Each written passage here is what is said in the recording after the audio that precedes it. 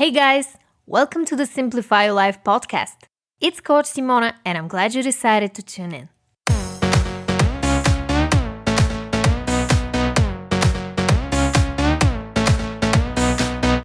What's up guys?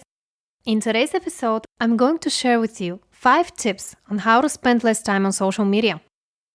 Let me start off by saying that as a business owner myself, I know how tempting it can be to spend a lot of time on social media. Posting content, connecting with potential clients, setting business meetings, and so on. Here's the problem though. When you start spending more than 1 hour a day on social media, you easily get sucked in. Before we get to the tips on how to spend less time on social media, let's dig a little deeper and try to answer the ultimate question. Why do we spend so much time on social media in the first place? We, as humans, are biologically programmed to make sure that we belong to a group. Social media provides us with a sense of security and belonging. It's so easy to belong to a tribe when you're on social media. All those groups, pages, posts, photos, and videos. But try to separate yourself from that constant stream of content. And then comes the fear of missing out. What if you miss an important update from a friend? Or another contest from your go-to brand? Once this fear kicks in, we start to feel anxious, checking our phones and being driven by a never-ending urge to check what others are doing. The other factor in play is the fact that every time we get some kind of approval, be it likes, comments, or messages, our bodies release dopamine, and we become addicted to the activity that's directly linked to it. In this case, checking our phones constantly, just like binge-watching TV shows, eating junk food, or smoking cigarettes.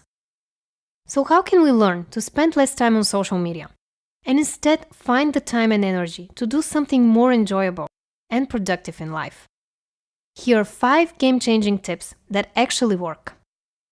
Tip number 1. Turn off your notifications.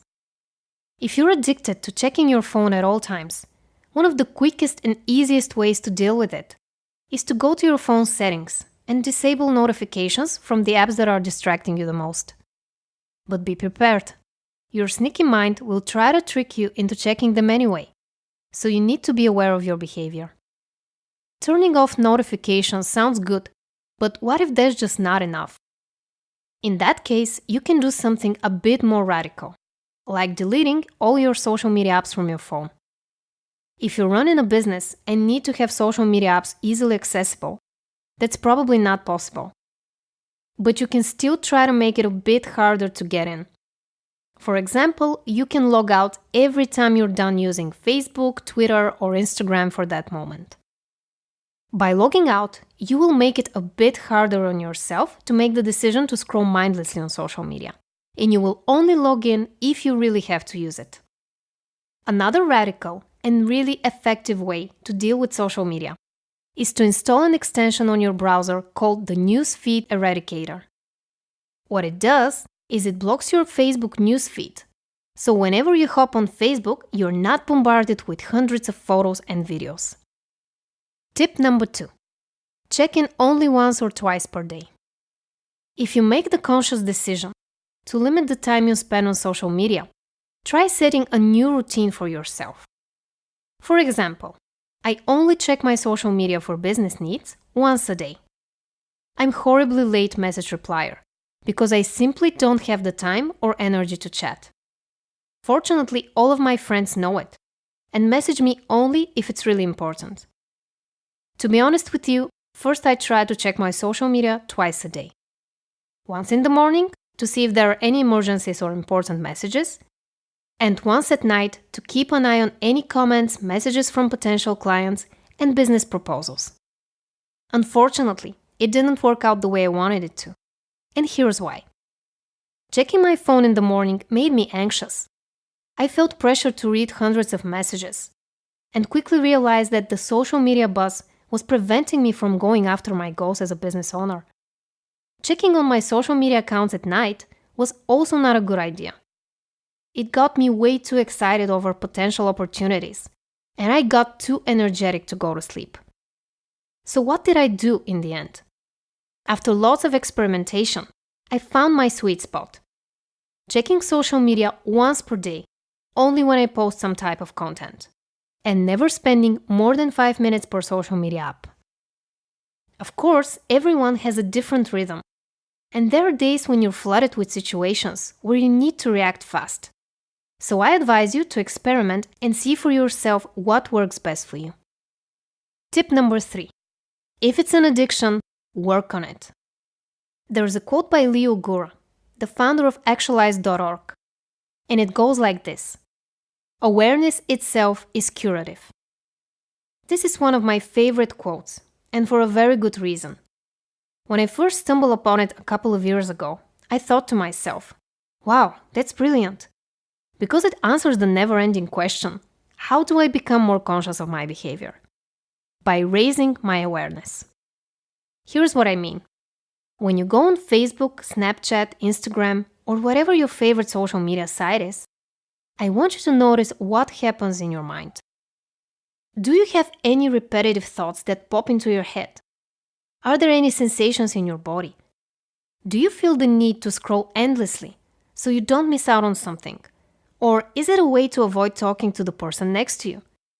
Are you putting up a wall so you distract yourself from the pain that you're feeling? Or is social media something you resort to when you're bored? Answer these questions and get to know yourself better.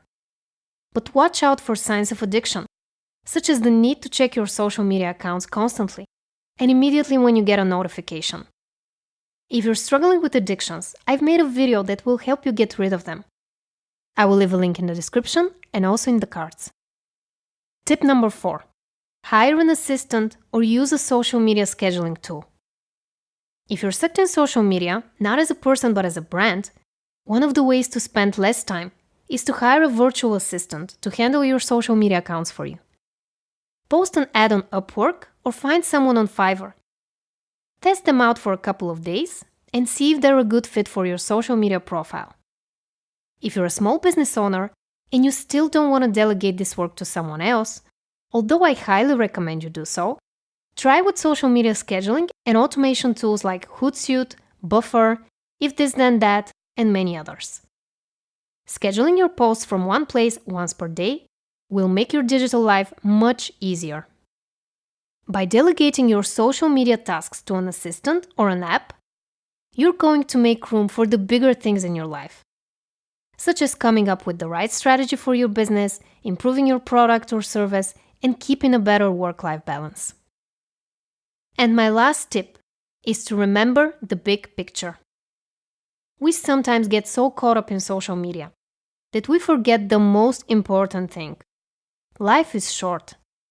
Zoom out for a second and put things in perspective. When you're on your deathbed, I seriously doubt that any of the likes or comments will matter. Probably none of these social media platforms will even exist anymore.